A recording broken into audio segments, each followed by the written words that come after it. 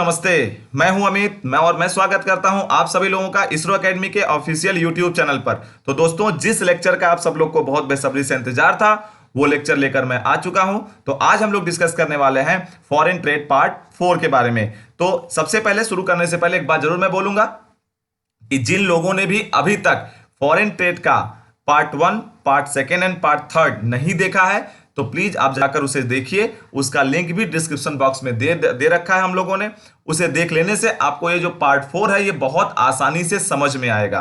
तो चलिए फिर आज का शुरुआत करते हैं आज के वीडियो का।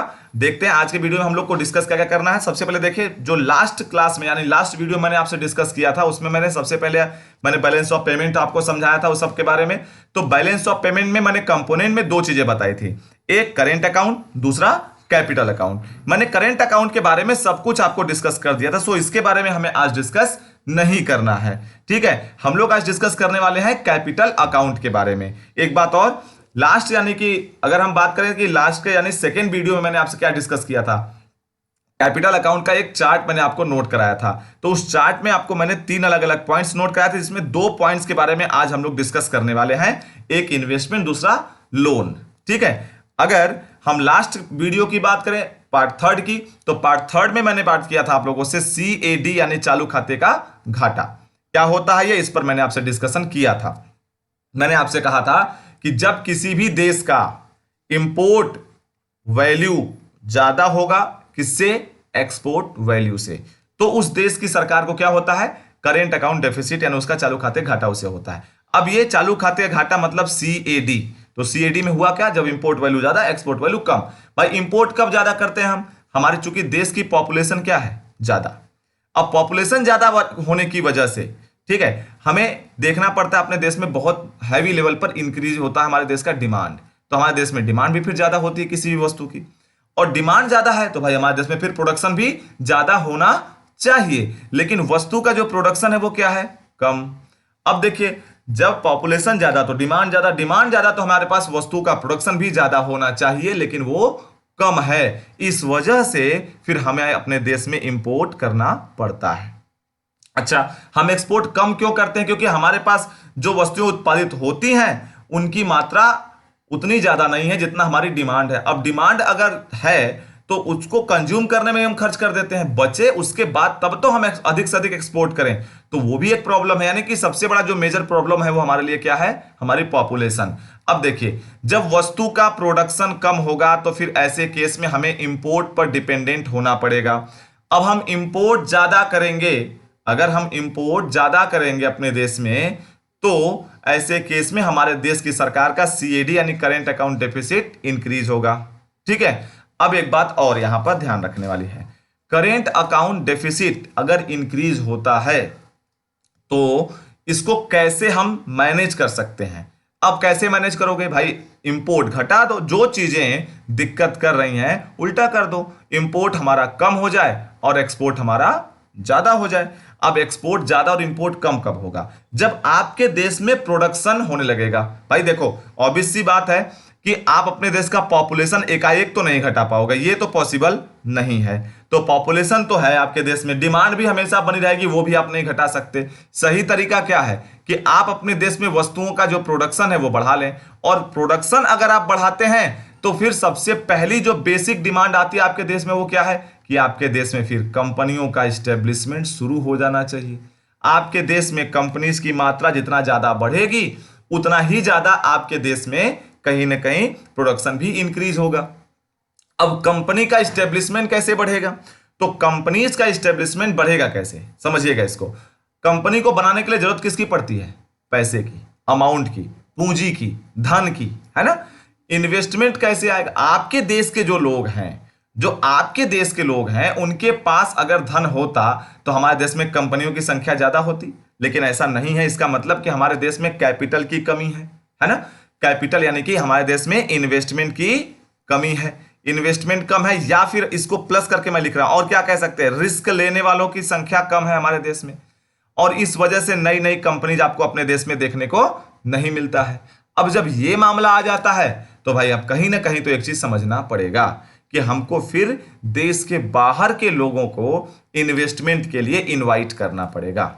अब हमारे देश के बाहर के लोग जो इन्वेस्ट करने आएंगे, समझिएगा ध्यान से जो मैं बता रहा हूं, देश के बाहर के लोग इन्वेस्ट करने जो आएंगे वो दो में से किसी एक रूप में आएंगे। या तो वो प्रॉफिट बेस्ड आएंगे और या फिर वो इंटरेस्ट के आधार पर आएंगे। अगर प्रॉफिट बेस्ड आते हैं कि भैया हम जो भी इन्वेस्ट करेंगे आपके देश में उसके बदले में हमें क्या चाहिए, प्रॉफिट, तो प्रॉफिट अगर उन्हें चाहिए तो फिर वो या तो एफडीआई करेंगे हमारे देश में या फिर एफआईआई करेंगे। और अगर वो कहते हैं कि आप अपना पैसा लेके जाइए, इन्वेस्ट करिए, उसके बदले में हमको क्या दीजिएगा, इंटरेस्ट दीजिएगा, यानी हम लोन के रूप में पैसा अगर लेके आते हैं तो हम उन्हें इंटरेस्ट पे करेंगे।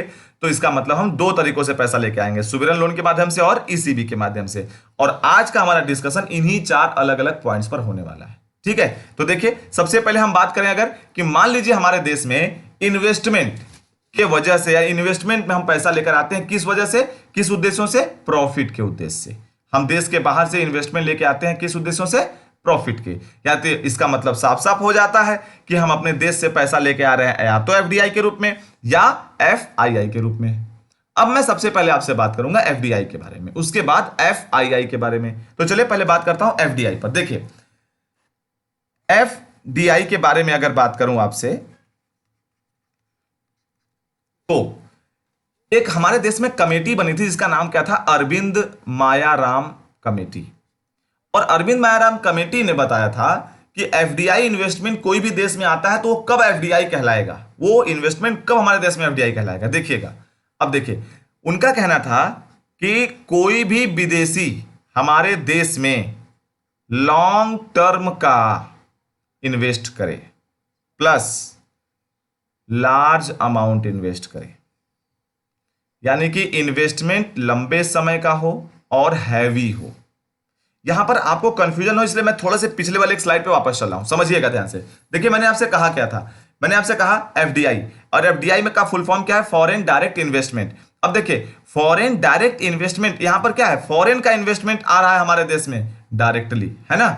अब समझिएगा ध्यान से, मैं आपसे क्या कह रहा हूं कि वो एफडीआई कब होगा, वो एफआईआई में क्यों नहीं जाएगा, वो एफडीआई कब होगा, जब लॉन्ग टर्म का इन्वेस्टमेंट हमारे देश में देश के बाहर से आए और हैवी अमाउंट आए, एक बार में बल्क में अमाउंट आए। ये बात मैं नहीं कह रहा हूं, ये अरविंद मायाराम कमेटी जो बनाई गई थी इस पर उन्होंने ये बात कहा। ठीक, अच्छा अब एफडीआई हमारे देश में आया। अब देखिएगा हमारे देश में एफडीआई आने का फायदा क्या, हमारे देश में जब एफडीआई आएगा तो उसका मेन मामला क्या आएगा सामने, कि उसकी वजह से हमारे देश में इस्टेब्लिशमेंट ऑफ कंपनीज बढ़ जाएंगे, यानी कंपनियों का निर्माण बढ़ेगा। अब जब कंपनीज का निर्माण हमारे देश में बढ़ जाएगा तो ऐसे केस में हमारे देश में फिर कहीं ना कहीं हमारे देश में प्रोडक्शन भी इंक्रीज होगा। अब अगर प्रोडक्शन इंक्रीज होने लगेगा तो भाई प्रोडक्शन कैसे हो जाएगा, उसके लिए कहीं ना कहीं लेबर या एम्प्लॉय की जरूरत पड़ने वाली है। लेबर या एम्प्लॉय हमारे देश में अगर भाई उसकी जरूरत पड़ेगी तो इसका मतलब लेबर एम्प्लॉय का अपॉइंटमेंट होगा। अब ऐसे केस में फिर हमारे देश में क्या बढ़ जाएगा, हमारे देश में बढ़ जाएगा एम्प्लॉयमेंट, है ना। तो एम्प्लॉयमेंट इंक्रीज होगा। अब समझिएगा फिर से इस क्रोनोलॉजी को मैं ध्यान से समझा रहा हूं। हमने कहा कि विदेशी पैसा लेकर आया जिसकी वजह से लॉन्ग टर्म का इन्वेस्टमेंट लेकर आया। ये ऐसा कुछ नहीं हो सकता इसमें कि आप पैसा आज लेकर आए और लेकर फिर निकल लिए। इसमें क्या कहा गया कि विदेशी आता है तो लाभ देख के आएगा, जहां सबसे अधिक लाभ दिखेगा वहीं पैसा लगाएगा। बिल्कुल सही है, ठीक है। लेकिन आपको आज लाभ दिखता है तो आज पैसा भी आपने लगाया, कल लाभ नहीं दिखा तो हम जाते ही ना। आएंगे आप अपने मन से लेकिन जाएंगे हमारे मन से। तो लॉन्ग टर्म का इन्वेस्टमेंट आपको करना है, वो पैसा आपने लगाया कंपनी के माध्यम से। अब जब कंपनी के माध्यम से आपने इन्वेस्ट किया या किसी कंपनी में इन्वेस्ट किया या खुद कंपनी बनाए, तो ऐसे केस में आपको क्या करना होगा, आप भाई कंपनी बनाएंगे तो हमारे देश में प्रोडक्शन इंक्रीज होगा, प्रोडक्शन इंक्रीज होगा तो लेबर या एम्प्लॉय की जरूरत पड़ेगी और इसकी वजह से हमारे देश में एम्प्लॉयमेंट इंक्रीज हो जाएगा। अब जब रोजगार बढ़ेगा तो इसकी वजह से क्या होगा, इसकी वजह से हमारे देश में टैक्स पेयर्स की संख्या बढ़ जाएगी, है ना। अच्छा, अब अगर टैक्स पेयर्स की संख्या बढ़ेगी तो इसकी वजह से अगला क्या होगा, हमारे देश की सरकार को जब टैक्स ज्यादा मिलेगा तो हमारे देश के सरकार का जो फिस्कल डेफिसिट है, फिस्कल डेफिसिट मतलब राजकोषीय घाटा, वो भी क्या हो जाएगा। भाई देखो, गवर्नमेंट को टैक्स पेयर की संख्या जब बढ़ने की, गवर्नमेंट को टैक्स ज्यादा मिलेगा तो फिस्कल डेफिसिट क्या होगा, घटेगा, सरकार का राजकोषीय घाटा कम हो जाएगा। और अगर राजकोषीय घाटा कम हुआ तो हमारे देश का जो जीडीपी है वो क्या होगा, बढ़ जाएगा। अब दो नई चीजें मैंने आपको बताई, एक राजकोषीय घाटा, एक जीडीपी, ग्रॉस डोमेस्टिक प्रोडक्ट। इन दोनों पे डिस्कशन दो अलग अलग टॉपिक पे करूंगा। फिस्कल डेफिसिट का टॉपिक ही एकदम सेपरेट है, वो तो अलग है, जो आगे आपसे डिस्कस करने वाला हूं। और जीडीपी आपके नेशनल इनकम का टॉपिक है, जो कि आगे वो भी डिस्कस करूंगा। अब देखिए, जो भी टॉपिक हम लोग डिस्कस कर रहे होंगे उस टॉपिक में कहीं ना कोई तो रिलेवेंट टॉपिक एक नया मिलने वाला है, तो उसको हम लोग अलग से डिस्कस करेंगे। अभी फिलहाल डिस्कस करते हैं फॉरेन ट्रेड में हम लोग बात कर रहे हैं एफडीआई के बारे में। तो देखिए, मैंने आपसे क्या कहा अभी एफडीआई के बारे में, कि एफडीआई में आप देखते हैं कि विदेशियों से यह कहा जाता है कि लॉन्ग टर्म का इन्वेस्टमेंट किया जाए हमारे देश में, आप करें, कंपनी को फॉर्म करें, उसकी वजह से हमारे देश में प्रोडक्शन बढ़ेगा तो लेबर या एम्प्लॉय की जरूरत पड़ेगी, रोजगार मिलेगा लोगों को, रोजगार मिलेगा तो टैक्स पेयर्स बढ़ेंगे तो गवर्नमेंट का राजकोषीय घाटा कम होगा, और राजकोषीय घाटा कम होगा तो जीडीपी भी बढ़ेगी, और जीडीपी बढ़ेगी तो कहीं ना कहीं ओवरऑल हम क्या कह सकते हैं कि हमारे देश में गवर्नमेंट का करेंट अकाउंट डेफिसिट, ये क्या होगा, करेंट अकाउंट डेफिसिट हमारा क्या हो जाएगा, कम हो जाएगा। सीएडी कब होगा, तो करेंट अकाउंट डेफिसिट घटेगा, जो कि हमको दिक्कत कर रहा था वो गवर्नमेंट मैनेज कर लेगी। क्लियर हुआ मेरी बात? तो आपको मैंने ये समझाया कि फॉरेन डायरेक्ट इन्वेस्टमेंट क्यों जरूरी है हमारे देश में। अब देखिए, एफडीआई या इन्वेस्टमेंट हमारे देश में जो आया उसकी जरूरत क्यों पड़ी, ये मैंने आपको समझाया, ठीक। लेकिन अब यहां पर आपको एक बात और समझते हुए चलना है कि आखिर विदेशी हमारे देश में आएगा ही क्यों, पैसा लेके क्यों आएगा भाई? हम विदेशी से बोलेंगे आओ पैसा लेके हमारे देश में पैसा लगाओ, तो लगा देगा भाई? उसको भी तो कुछ चीजें चाहिए होंगी, सिक्योरिटी सबसे पहले। तो देखिए, हम विदेशी को अपने देश में कब लेके आएंगे, जब हम उसे क्या बोलेंगे कि हमारे देश की पॉलिसी, जो बिजनेस इन्वायरमेंट या पॉलिसी है वो क्या है, लिबराइज्ड है, उदार है। यानी हम किस बात पर फोकस्ड है, हमारे देश की सरकार किस बात पर फोकस्ड है, उदार नीति पर। तो हम उदार हैं, और इसकी वजह से आप आइए, आपको बहुत मिनिमम फॉर्मेलिटीज में, ध्यान से सुनना, बहुत मिनिमम फॉर्मेलिटीज में हम आपको सबसे ज्यादा रिबेट्स देने वाले हैं। रिबेट्स काहे में, कि आपको कंपनी फॉर्म करने के लिए बहुत ज्यादा फॉर्मेलिटी नहीं करना है, आपको कंपनी फॉर्म करने के साथ साथ कंपनी को हमारे देश में चलाने के लिए भी बहुत ज्यादा फॉर्मेलिटीज नहीं करना है, ठीक है। टैक्स वगैरह के बारे में हम आपको रिबेट देते रहेंगे। तो ये सारी चीजों पर ध्यान देकर उन्हें जो है इनवाइट किया जाता है। अब ये जो चीजें मैं आपको गिना रहा था कि भैया हम आपको टैक्स में रिबेट देंगे, हम आपसे टैक्स कम लेंगे, कोई भी चार्ज हम आपसे कम लेंगे, हम आपके ऊपर पेनाल्टी कम लगाएंगे, है ना।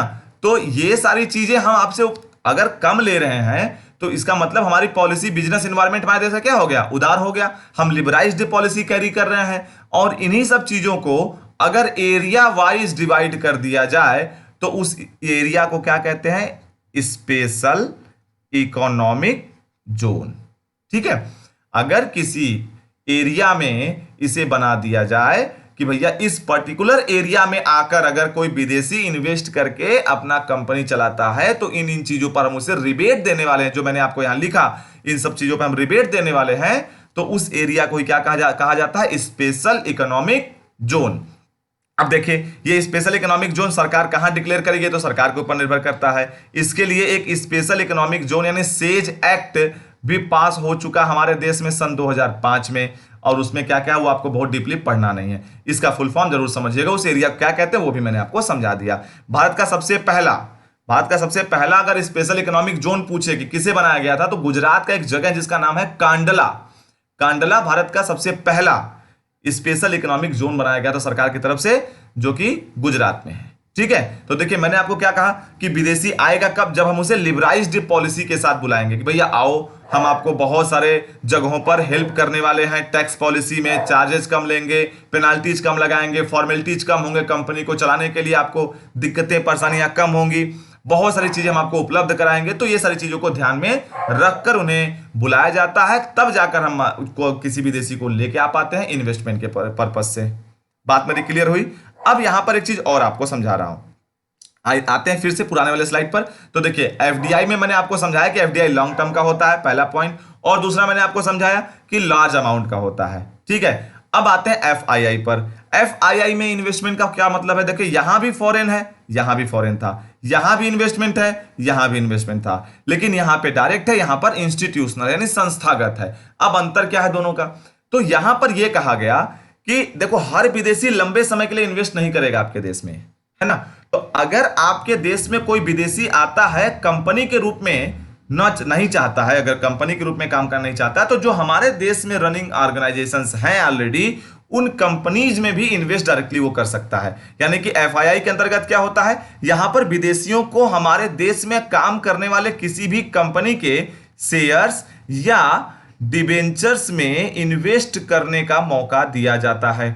आप उसके माध्यम से इन्वेस्ट करिए, जिससे उन कंपनीज को पैसा मिलेगा, कंपनी को पैसा मिलेगा यानी इन्वेस्टमेंट मिलेगा, कैपिटल मिलेगा, तो कंपनी अपने बिजनेस को और बड़ा करेंगे, जिससे उनका प्रोडक्शन बढ़ेगा, हमारे देश में इंप्लॉयमेंट बढ़ेगा, वही सारी चीजें आएंगी जो मैंने आपको एफडीआई में समझाया।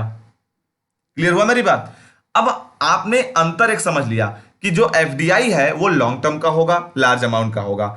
एफआईआई जो होगा, अब जब हम ये कह रहे हैं कि शेयर्स और डिवेंचर्स में होगा, किसी रनिंग ऑर्गेनाइजेशन में होगा, तो इसका साफ मतलब यह हो जाता है कि यह प्रॉफिट देखने के साथ साथ बाजार का रुख देखकर लगाया जाएगा। तो यानी आज किसी एक कंपनी में लगाया, कल हो सकता है कि कंपनी चेंज करके दूसरी कंपनी में लगा दिया, है ना। तो इस वजह से यह कह सकते हैं कि एफआईआई जो होता है ये लॉन्ग ड्यूरेशन का नहीं बल्कि शॉर्ट ड्यूरेशन का होता है या शॉर्ट टर्म का होता है, ठीक है। और एफडीआई क्या होता है? लॉन्ग टर्म का। ठीक, दोनों बातों में विशेष अंतर आपको समझ में आ गया। एक और अंतर आपको बता रहा हूं, हमारे देश में एक चीज और बताया गया कि एफडीआई में चूंकि लॉन्ग टर्म का इन्वेस्टमेंट होगा, इस वजह से जब भी यहां कोई विदेशी इन्वेस्ट करेगा उसका इन्वेस्टमेंट ओवर 10% होगा। यानी जो भी वो इन्वेस्ट कर रहा होगा उसका, उस कंपनी का जो भी, जैसे मान लेते हैं कि कोई विदेशी हमारे देश में एक कंपनी बना रहा है, तो उस कंपनी में वो जो भी इन्वेस्ट करेगा 10% से ज्यादा इन्वेस्ट करेगा। अब किसका 10%? तो उस कंपनी का जिसकी बारे में बात हो रही है, जिस भी कंपनी को वो फॉर्म करने की कोशिश कर रहा है विदेशी हमारे देश में, उसके बारे में बात हो रही है, तो उसके इन्वेस्टेड कैपिटल का कम से कम 10 से ज्यादा परसेंट होना चाहिए। जैसे मान लीजिए कि वो एक कोई कंपनी हमारे देश में फॉर्म की जा रही है, अब उस कंपनी का मान लेते हैं कि 100 रुपया कैपिटल है, तो उस 100 रुपए का जो इन्वेस्टेड कैपिटल है उसमें 10% से ज्यादा, यानी 100 रुपए में 10 रुपए से ज्यादा उस विदेशी का होना चाहिए, ठीक है। जो कि सेक्टर वाइज अलग अलग है, जो मैं भी आगे आपको बताऊंगा अगले वीडियो में, ठीक है। तो यहां पे एक चीज ध्यान रखिएगा, मैंने आपको समझाया एफडीआई और एफआईआई का विशेष डिफरेंस, कि एफडीआई लॉन्ग टर्म का इन्वेस्टमेंट होता है और ये लार्ज अमाउंट में होता है, साथ ही साथ ये 10% से ज्यादा वैल्यू में इन्वेस्ट किया जाता है।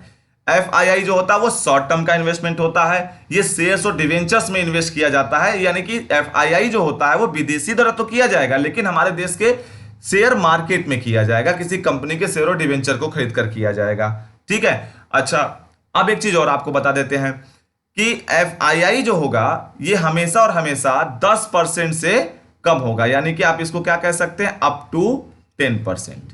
यानी कि एफडीआई ओवर 10% था और ये अप टू 10% है। दोनों का विशेष डिफरेंस समझ में आ गया आपको? आ गया होगा, उम्मीद करते हैं आपको। अब बात करते हैं एक और पॉइंट का। अब देखिए, हमारे देश में हमने कहा विदेशी को बुलाएंगे, वो आएगा तो प्रॉफिट देखेगा, लिबराइज्ड पॉलिसी देखेगा, आएगा तो क्या फायदा होगा, क्या नुकसान होगा, सारी चीजें मैंने आपको बता दिया। यहां पर एक और चीज मैं आपको समझाने की कोशिश कर रहा हूं, आप समझिएगा ध्यान से जो मैं समझाने की कोशिश कर रहा हूं। अब देखिए, हमारे देश में अगर एफडीआई आता है, ठीक, तो दो अलग अलग रूट से आ सकता है। एक जिसको कहते हैं ए रूट, ए रूट का मतलब ऑटो रूट, और दूसरा इसको कहते हैं जी रूट। जी रूट का मतलब होता है गवर्नमेंट रूट, ठीक है। ए रूट मतलब ऑटो रूट, जी रूट मतलब गवर्नमेंट रूट। अब देखिए, ए रूट का मतलब क्या है?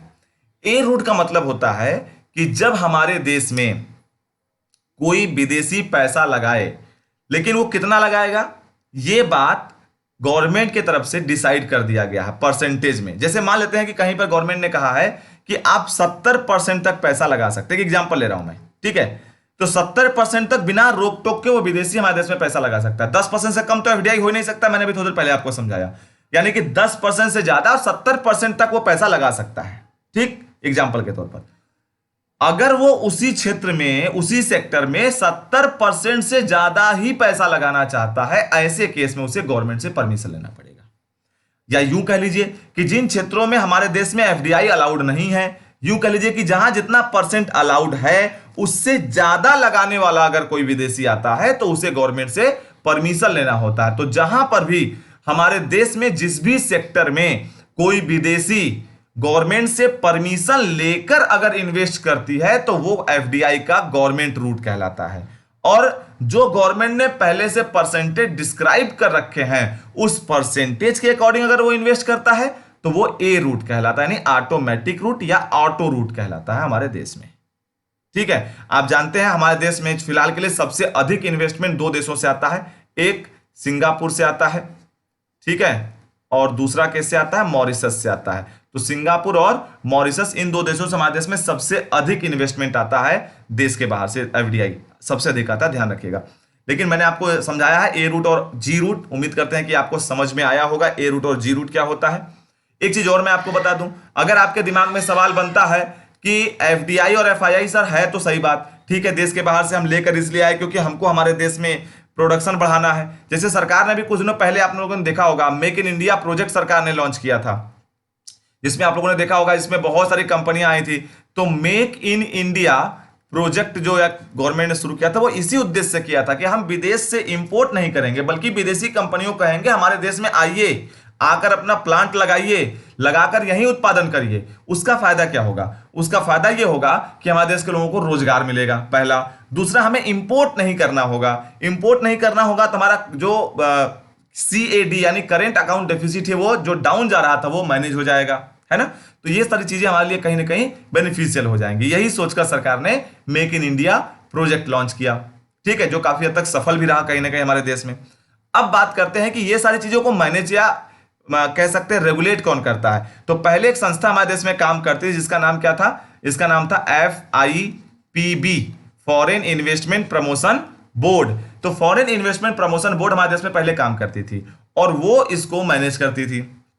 लेकिन अब जो है ये 2017 में इसको हटा दिया गया है और ये संस्था अब फिलहाल हमारे देश में नहीं है। और उसकी जगह पे अब कौन संस्था इसको मैनेज करती है, तो एफडीआई और एफआईआई मैनेज्ड बाय हुम अगर क्वेश्चन आता है तो उसका जवाब होगा DPII।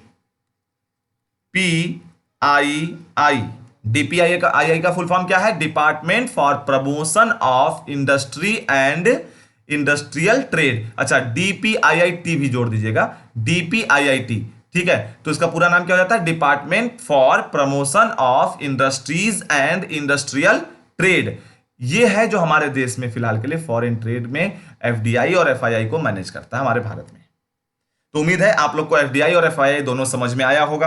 अब आपके दिमाग में एक बहुत ही नॉमिनल सा पॉइंट आ चुका होगा कि सर इसके बाद अब बताएंगे क्या कि सर कौन कौन से क्षेत्र में हमारे देश में कितनी एफडीआई है, ठीक, साथ ही साथ हमारे देश में किस क्षेत्र में एफडीआई नहीं है। इस पर थोड़ा सा सब्र रखिए, पहले मैं लोन को डिस्कस करूंगा उसके बाद बात करूंगा। तो देखिए लोन वाले पार्ट पर आते हैं। तो लोन भी दो पार्ट में था, एक था सुवरेन लोन, ठीक, और एक था आपका ईसीबी। अच्छा, सुवरेन लोन क्या होता है, अगर मैं देखूं तो मैंने क्या बोला यहां पर, when a sum amount of loan is taken by central government, ध्यान रखिएगा, taken by central government from external sources, कहां से, देश के बाहर से, from external sources for commercial purpose. तो अब हमारे देश की सरकार देश के बाहर से अगर कॉमर्शियल पर्पज के लिए लोन लेके आती है, जैसे loan from world bank, loan from IMF, ADB या किसी दूसरे देश की सरकार से अगर देश की सरकार लोन लेके बाहर से आती है तो उसे सुवरेन लोन कहा जाएगा। सुवरेन लोन उसे कब कहेंगे, जब देश की सरकार कॉमर्शियल पर्पज के लिए देश के बाहर से लोन लेके आएगी, और वो कहां कहां से हो सकता वो भी मैंने आपको बता दिया, ठीक। वहीं ईसीबी का फुल फॉर्म क्या होता है, एक्सटर्नल कॉमर्शियल बोरोइंग। और एक्सटर्नल कॉमर्शियल बोरोइंग क्या होता है कि उसमें कोई डोमेस्टिक कंपनी लोन लेती है, ध्यान रखिएगा। वहां पर कौन लोन ले रहा था, सेंट्रल गवर्नमेंट, यहां पे लोन कौन ले रहा है, डोमेस्टिक कंपनी। तो जब डोमेस्टिक कंपनी सेम पर्पज यानी कि देश के बाहर से कॉमर्शियल पर्पज के लिए लोन लेगी तो वो ईसीबी में आ जाएगा, और अगर देश की सरकार उसी पर्पज के लिए लोन लेगी तो वो सुवरेन लोन में आ जाएगा। दोनों का अंतर समझ में आ गया होगा आपको। तो ये दोनों बातें थी जो आपको ध्यान रखना था। अब जैसे सवाल आपसे क्या बन जाएगा कि अभी हाल ही में मान लेते हैं कि एडीबी ने देश की सरकार, हमारे देश की सरकार को लोन दिया, ठीक। तो एडीबी ने लोन दिया तो वो एडीबी का या वर्ल्ड बैंक का या IMF का लोन जो है वो हमारे देश की सरकार से के द्वारा लिए गए उस लोन को हम क्या कहेंगे, तो उसे सुवरेन लोन कहा जाएगा। जब हमारे देश की कोई कंपनी देश के बाहर से अमाउंट कलेक्ट करती है लोन के रूप में तो उसे क्या कहा जाएगा, ईसीबी कहा जाएगा। ईसीबी का फुल फॉर्म क्या होता है वो भी मैंने आपको बता दिया। तो बहुत सारे छोटे छोटे पॉइंट्स हैं जो इसमें बनते हैं, जो आपको ध्यान में रखना पड़ेगा। तो इसको ध्यान रखिएगा, ठीक है। अब बात करते हैं, जो मैंने अभी थोड़ी देर पहले कहा कि आपके दिमाग में एक सवाल होगा कि कहां कहां कितना कितना एफडीआई है, कहां नहीं है। तो आपको मैं बता दूं कि ये सारी चीजें मैं आपसे नेक्स्ट लेक्चर में डिस्कस करने वाला हूं, ठीक है। नेक्स्ट लेक्चर में आपसे डिस्कस करूंगा कि फॉरेन ट्रेड इन्वेस्टमेंट के क्या तरीके हैं, जैसे कि फुली ओन्ड सब्सिडरीज के बारे में, ज्वाइंट वेंचर के बारे में, एक्विजिशंस के बारे में बात करूंगा, ठीक है।